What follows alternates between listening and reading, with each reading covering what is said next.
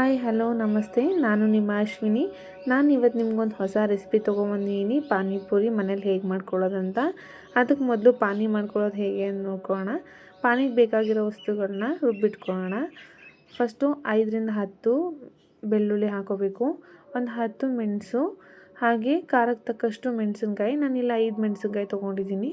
ಹಾಗೆ 1/4 ಕಪ್ ಆಗೋಷ್ಟು ಕೊತ್ತಂಬರಿ ಸೊಪ್ಪು, 1/2 ಕಪ್ ಆಗೋಷ್ಟು ಪುದೀನ ಸೊಪ್ಪು.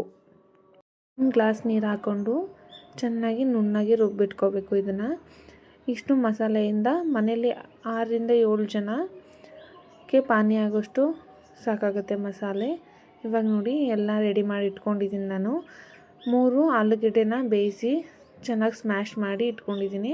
ಹಾಗೆ ಬಟಾಣಿನ ಒಂದು ನೈಟ್ ಫುಲ್ ನೆನೆಸಿಟ್ಟಿದ್ದೆ, ಅದನ್ನು ಕೂಡ 4 ವಿಷಲ್ ಮಾಡಿ ಇಟ್ಕೊಂಡಿದ್ದೀನಿ. ಪೂರಿನೂ ಅಷ್ಟೇ ಕರೆದಿಟ್ಕೊಂಡಿದ್ದೀನಿ. ಇದ್ರ ರೆಸಿಪಿ ಬೇಕಾದರೆ ಕಮೆಂಟ್ ಮಾಡಿ, ನೆಕ್ಸ್ಟ್ ವೀಡಿಯೋದಲ್ಲಿ ಶೇರ್ ಮಾಡ್ತೀನಿ ಪೂರಿ ಹೇಗೆ ಮಾಡೋದು ಪಾನಿಪುರಿನ ಅಂತ. ಸ್ವಲ್ಪ ಹುಣಸೆಹಣ್ಣು ನೆನೆಸಿಟ್ಕೊಂಡಿದ್ದೀನಿ, ಖಾರದ ಪುಡಿ, ಉಪ್ಪು, ಸ್ವೀಟ್ ಕಾರ್ನು ಅದನ್ನು ಕೂಡ ಬೇಯಿಸಿಟ್ಕೊಂಡಿದ್ದೀನಿ, ಸೇಬು, 1/2 ಕಪ್ ಆಗೋಷ್ಟು ಕ್ಯಾರೆಟ್ನ ತುರಿದಿಟ್ಕೊಂಡಿದ್ದೀನಿ, ಈರುಳ್ಳಿ ಒಂದು ಸಣ್ಣಗೆ ಹಚ್ಚಿಟ್ಕೊಂಡಿದ್ದೀನಿ, 1 ಟೊಮೊಟೊ ಚಿಕ್ಕ ಸಣ್ಣಗೆ ಹಚ್ಚಿಟ್ಕೊಂಡಿದ್ದೀನಿ. ಇವಾಗ ಪಾನಿನ ಹೇಗೆ ಮಾಡೋದಂತ ನೋಡ್ಕೊಳ್ಳೋಣ. ನಾವು ಆವಾಗಲೇ ಮಸಾಲೆ ರುಬ್ಬಿಟ್ಟಿದ್ವಲ್ಲ, ಅದನ್ನು ಒಂದು ಬೌಲ್ಗೆ ಹಾಕ್ಕೊಳ್ತಿದ್ದೀನಿ. ಹಾಕ್ಕೊಂಡಾದ್ಮೇಲೆ ರುಚಿಗೆ ಎಷ್ಟು ಬೇಕು, ನಾವು ಎಷ್ಟು ಪಾನಿ ಮಾಡ್ಕೊಳ್ತಿದ್ದೀವಿ, ತುಂಬ ತೆಳ್ಳವಾಗಬೇಕು ಅಂದರೆ ತೆಳ್ಳಗೆ ಪಾನಿ ಮಾಡ್ಕೊಬೋದು, ಗಟ್ಟಿಯಾಗಿ ಬೇಕಂದರೆ ಗಟ್ಟಿಯಾಗಿ ಬೇಕಾದರೂ ಮಾಡ್ಕೊಬೋದು. ರುಚಿಗೆ ತಕ್ಕಷ್ಟು ಉಪ್ಪು ಹಾಕ್ಕೊಂಡು ನನಗೆ ಒಂದು ಬೌಲ್ ಹಾಕಿದ್ರೆ ಸಾಕಾಗುತ್ತೆ. ಇಲ್ಲಿ 1/2 ಸ್ಪೂನ್ ಆಗೋಷ್ಟು ಎವರೆಸ್ಟ್ ಅವರ ಪಾನಿ ಮಸಾಲ ಹಾಕ್ತಾಯಿದ್ದೀನಿ. ಬೇಕಾದರೆ ಹಾಕೋಬೋದು, ಬೇಡ ಅಂದರೆ ಸ್ಕಿಪ್ ಮಾಡ್ಕೋಬೋದು. ನ್ಯಾಚುರಲ್ಲಾಗಿ ಬೇಕಂತ ಅಂದರೆ ನಾನು ರುಬ್ಬಿಟ್ಟಿರೋದನ್ನೆಲ್ಲ ಅದೇ ಸಾಕಾಗುತ್ತೆ.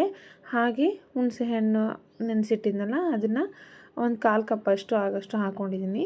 ಇವಾಗ 1 ಗ್ಲಾಸ್ ವಾಟರ್ ಹಾಕ್ಕೊಂಡಿದ್ದೀನಿ. ಇದು ಸಾಕಾಗುತ್ತೆ. ನಮ್ಮ 4-5 ಜನ ಇದ್ದೀವಿ ಮನೇಲಿ, ನಮಗೆ ಸಾಕಾಗುತ್ತೆ. ನಿಮ್ಗೆ ಬೇಕಂದರೆ ಇನ್ನೂ ಸ್ವಲ್ಪ ಜಾಸ್ತಿ ಹಾಕೋಬೋದು ನೀರನ್ನ. ಮನೇಲಿ ನೀವು ಎಷ್ಟು ಜನಕ್ಕೆ ಮಾಡ್ತಾಯಿರ್ತೀರಿ ಅಷ್ಟು ನೋಡಿ ಹಾಕ್ಕೋಬೇಕು. ಹಾಗೆ ಅರ್ಧ ನಿಂಬೆಹಣ್ಣ ಹಿಂಡ್ಕೊಳ್ತಿದ್ದೀನಿ. ಇದಕ್ಕೆ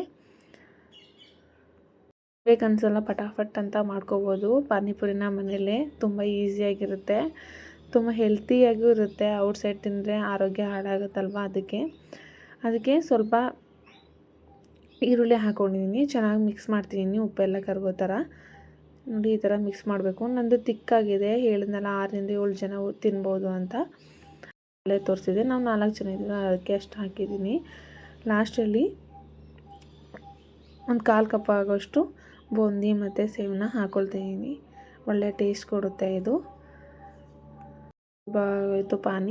ಪಾನಿ ರೆಡಿ. ಇವಾಗ ಅದಕ್ಕೆ ಬೇಕಾಗಿರೋ ಆಲೂಗೆಡ್ಡೆ ಗೊಜ್ಜನ್ನ ರೆಡಿ ಮಾಡ್ಕೊಳ್ತಾಯಿದ್ದೀನಿ. ಫಸ್ಟೇ ಆಲೂಗೆಡ್ಡೆನ ಬೇಯಿಸ್ಕೊಂಡು ಕಲಸಿಟ್ಕೊಂಡಿದ್ದೀನಿ ಅಂತ ಹೇಳಿದ್ನಲ್ಲ, ಸ್ಮ್ಯಾಶ್ ಮಾಡಿ. ಅದಕ್ಕೆ ಇವಾಗ ಬಿಟ್ಟಿದ್ನಲ್ಲ ಪಾನಿಗೆ ಅಂತ, ಅದ್ರ ಚಟ್ನಿನ 1 ಸ್ಪೂನ್ ಹಾಗೆ ಎತ್ತಿಟ್ಕೋಬೇಕು. ಅದು ನಾನು ಎತ್ತಿಟ್ಕೊಂಡಿದ್ದೆ, ಆವಾಗಲೇ ಹೇಳೋದು ಮಾಡ್ತಿದ್ದೆ. ಇವಾಗ ಅದನ್ನು ಹಾಕೋಬೇಕು, 1 ಸ್ಪೂನಷ್ಟು ಚಟ್ನಿನ. ಹಾಗೆ ಸ್ವಲ್ಪ ಹುಣಸೆ ರಸನ ಸೇರಿಸ್ಕೋಬೇಕು.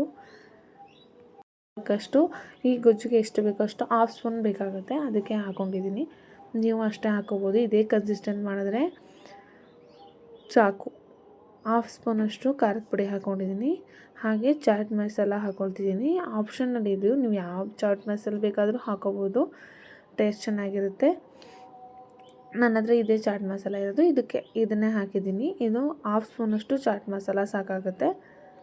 2-3 ಸ್ಪೂನಷ್ಟು ಕ್ಯಾರೆಟ್ ತುರಿ ಹಾಕ್ಕೊಂಡಿದ್ದೀನಿ. ಜಾಸ್ತಿ ಕ್ಯಾರೆಟ್ ತುರಿ ಹಾಕೋಬಾರ್ದು, ಸ್ವೀಟ್ ಆಗಿಬಿಡುತ್ತೆ. ಸ್ವಲ್ಪ ಹಾಕ್ಕೊಂಡಿದ್ದೀನಿ. ಉಪ್ಪು, ಖಾರ, ಹುಳಿ ಎಲ್ಲ ಮಿಕ್ಸ್ ಆಗೋ ಥರ. ಇವಾಗ ಲಾಸ್ಟಲ್ಲಿ ಮಿಕ್ಸ್ ಮಾಡಿಕೊಂಡು ಸ್ವಲ್ಪ ಕೊತ್ತಂಬರಿ ಸೊಪ್ಪು, ಹಾಗೆ ಒಂದು ಅರ್ಧ ಈರುಳ್ಳಿನ ಸಣ್ಣದಾಗಿ ಹಚ್ಚಿಟ್ಕೊಂಡಿದ್ದೆ, ಅದನ್ನ ಹಾಕಿ ಮಿಕ್ಸ್ ಮಾಡಿ ಇಟ್ಕೊಂಡಿದ್ದೀನಿ. ಇವಾಗ ಆಲೂಗೆಡ್ಡೆ ಗೊಜ್ಜು ರೆಡಿ ಆಯಿತು.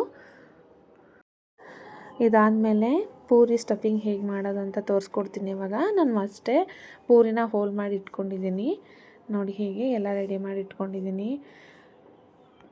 ಒಂದು ಪೂರಿ ತೊಗೊಳ್ತಾಯಿದ್ದೀನಿ.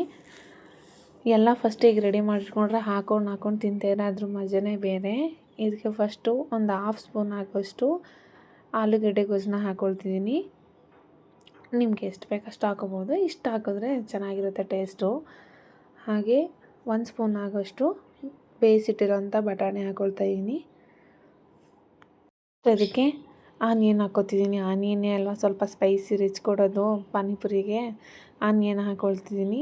ಹಾಗೆ ಒಂದು ಪೀಸ್ ಸಣ್ಣ ಪೀಸ್ 1 ಪೀಸ್ 2 ಪೀಸ್ ಆಗೋಷ್ಟು ಟೊಮೊಟೊ ಹಾಕ್ಕೊತಿದ್ದೀನಿ. ಕೆಲವ್ರಿಗೆ ಇಷ್ಟ ಆಗುತ್ತೆ, ಕೆಲವ್ರಿಗೆ ಇಷ್ಟ ಆಗೋಲ್ಲ. ಹಾಕ್ಕೊಂಡ್ರೆ ಚೆನ್ನಾಗಿರುತ್ತೆ, ಹಾಕಿದ್ದೀನಿ. ಹಾಗೆ ಸ್ವಲ್ಪ ಕ್ಯಾರೆಟ್ ತುರಿ, ಸ್ವಲ್ಪ ಸೇಬು, ಪಾನಿ ಹಾಕ್ಕೊಂಡು ಇವಾಗ ತಿಂತಾ ಇದ್ದರೆ ಅದು ನೆಕ್ಸ್ಟ್ ಲೆವೆಲ್ ಟೇಸ್ಟ್ ಆಗಿರುತ್ತೆ. ಮನೆಯಲ್ಲೇ ಹೆಲ್ತಿಯಾಗಿ ಮಾಡ್ಕೋಬೋದಂಥ ರೆಸಿಪಿ ಇದು. ಇಷ್ಟ ಆದರೆ ಲೈಕ್ ಮಾಡಿ, ಕಮೆಂಟ್ ಮಾಡಿ, ಶೇರ್ ಮಾಡಿ, ಹಾಗೆ ನನ್ನ ಚಾನಲ್ನ ಸಬ್ಸ್ಕ್ರೈಬ್ ಮಾಡಿ ಎಲ್ಲರೂ.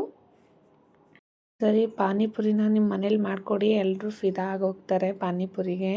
ಅಷ್ಟು ಚೆನ್ನಾಗಿರುತ್ತೆ. ಹೊರಗಡೆ ಕರ್ಕೊಂಡೋಗಿ ಅಂತ ಯಾರು ಕೇಳೋದಿಲ್ಲ. ಮಕ್ಕಳಂತೂ ತುಂಬ ಇಷ್ಟಪಡ್ತಾರೆ. ನಮ್ಮ ಮನೇಲಿ ನಮಗೆ ಯಾವಾಗಲೂ ಪಾನಿಪುರಿ ತಿನ್ಬೇಕನ್ಸಿದ್ರೆ ನಾವು ಮನೆಯಲ್ಲೇ ಮಾಡ್ತೀನಿ ಯಾವಾಗಲೂ. ನೀವು ಮಾಡ್ಕೊಡೋಕ್ಕೆ ಟ್ರೈ ಮಾಡಿ, ಯಾಕಂದರೆ ಹೆಲ್ತ್ಗೆ ತುಂಬ ಒಳ್ಳೆಯದು. ಹೊರಗಡೆ ಸ್ಟ್ರೈಟ್ ಲೈನಲ್ಲಿ ಚೆನ್ನಾಗಿರುತ್ತೋ ಇಲ್ವೋ ಗೊತ್ತಿರಲ್ಲ, ಹೇಗೆ ಮಾಡಿರ್ತಾರೋ ಗೊತ್ತಿರಲ್ಲ. ಮನೆಯಲ್ಲೇ ಮಾಡಿಕೊಂಡ್ರೆ ನಮ್ಮ ಹೆಲ್ತು ಚೆನ್ನಾಗಿರುತ್ತೆ. ನಮಗೆ ಹೇಗೆ ಮಾಡ್ಕೊಂಡು ತಿನ್ಬೋದು. ನೋಡಿ, ರೆಸಿಪಿ ಇಷ್ಟ ಆದರೆ ಸಬ್ಸ್ಕ್ರೈಬ್ ಮಾಡಿ ಎಲ್ಲರೂ. Thank you. Keep watching my video.